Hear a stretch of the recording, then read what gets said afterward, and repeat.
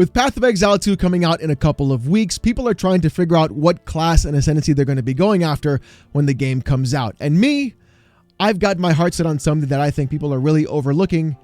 And honestly, I think it's going to be really overpowered more than anybody actually thinks. That's right, I'm talking about the Mercenary. People have overlooked this class, in my opinion, for quite some time. Everybody's looking at the entire like, oh, I'm going to bonk with 2 hands. Slam, slam, that's going to be great. Yeah, that seems like a lot of fun. Melee's back, baby, I love it. But the thing is, though, the Mercenary provides me something that other people really haven't thought of yet, and that is a really cool combo system that has been shown across multiple times with this class. The fact that you use different kinds of ammo to go through and then have different kinds of debuffs applied to then switch those ammo types and then provide massive damage throughout the entire gameplay. Here's how I think this class is going to actually play out. I think it's going to be a very combo heavy centric class where what you're trying to do is not do massive amounts of damage over time or have a good sustainable amount of damage. What's going to be happening is you're going to be chunking big pieces of damage off of enemies and bosses rather than just having it be consistent all the way across. As you change out different kinds of ammo types on the fly to then go ahead and chunk down those combos, knock enemies out back, hit them up, freeze them, poison them, do whatever you want, and then do that damage over time, or just chunk down health bosses directly. The thing is, though, the Ascendancy class is going to be really important. And here's where I'm going to go with it. So the Ascendancy I decided to pick has been the Mercenary, Gemling, Legionnaire. Now, there's a couple of reasons why I chose this Ascendancy specifically, not just because it's pretty cool that the fact that I'm going to be shoving gems directly into my skin and then using it that way. If you're a PoE lorehead, this class has pretty much shown you like, whoa, they're really paying attention to the lore directly, because that is a very cool thing that they decided to do.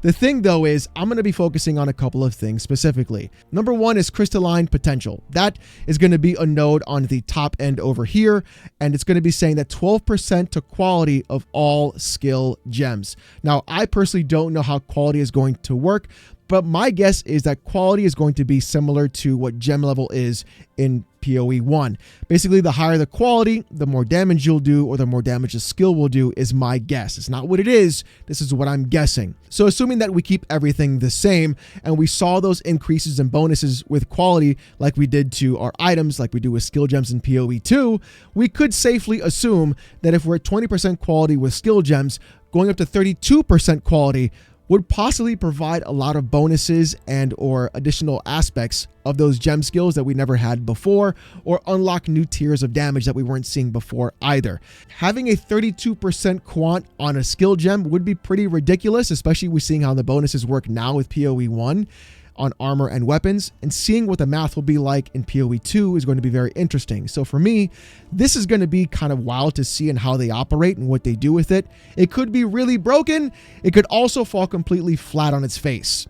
I don't know which one it'll be, but we'll find out. And the fact that it is the second point on this whole tier, I just flipping myself to the other side of the actual screen, you can see it is the 4th point into this set of the tree. So there could be another set of points right here, or another skill right here in that Ascendancy path that does a little bit of a bump to it, or it could just do nothing at all. It could just be garbage. We don't in fact know, but that could be really cool directly if there's something to synergize with these 3 nodes here and something else on this side or over here as well, with quality specifically on skill gems. The next thing I really want to see is grants 3 additional skill slots. Now, this is honestly incredibly cool to me, because what you're going to have is not just 12 skills to work with, or I think 10. I think it's 10 or 12. I'm not entirely sure what the actual number is, but let's go with 12 because that's what you can get right now with PoE 1. You can get 12 skill slots. What you can do if you have 3 additional is you can provide yourself with additional combos or automation that's probably attainable. You can have specific heralds if you're trying to do any dots that you couldn't do before. You can apply different combinations of either ammo types or specific kind of supports you can add to other skills that would work in combination with what you're doing right now. You could use it for auras that you didn't have before. You didn't have the ability to put those auras in before. Have additional supports that would then synergize with other skills you have inside of your actual skill set for your combinations.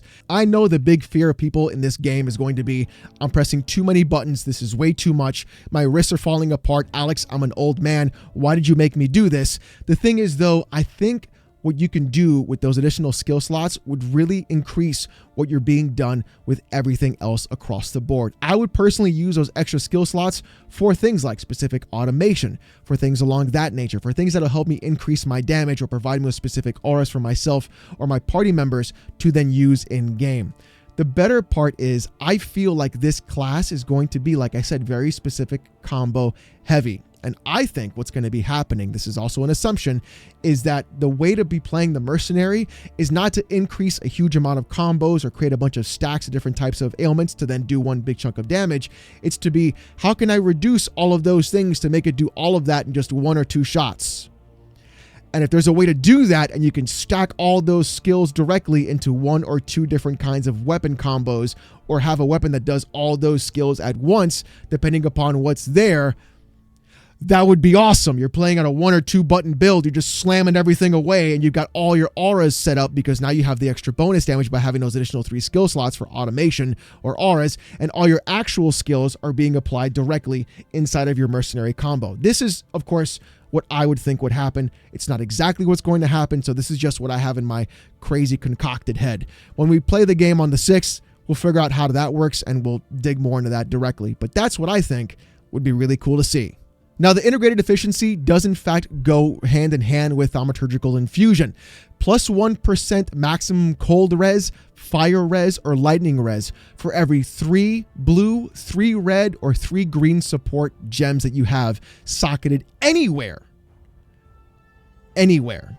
So you can have all your skill gems basically just sit there directly, and you can have up to plus 15 maximum cold, fire, and lightning res on your character. That's sick.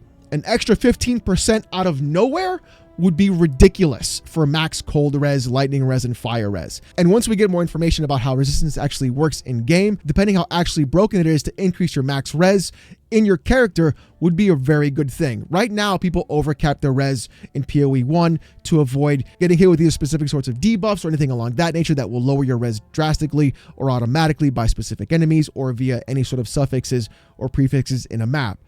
But just having it here directly would be a very big boon for a lot of people and be able to go ahead and say, hey, not only am I, 75% cap, now I'm 90% is my cap, and I'm reducing damage incoming from magic that much. That's crazy. That's crazy. And finally, adaptive capability. This is the one I think people are really looking at. Now, we don't know the other one that's going to be up here next to that one right over there. But what this one says is attribute requirements of gems can be satisfied by your highest attribute. The fun part about this one is that everybody's already looking at a specific keystone called Giant's Blood, which lets you dual wield 2-handed weapons in each one.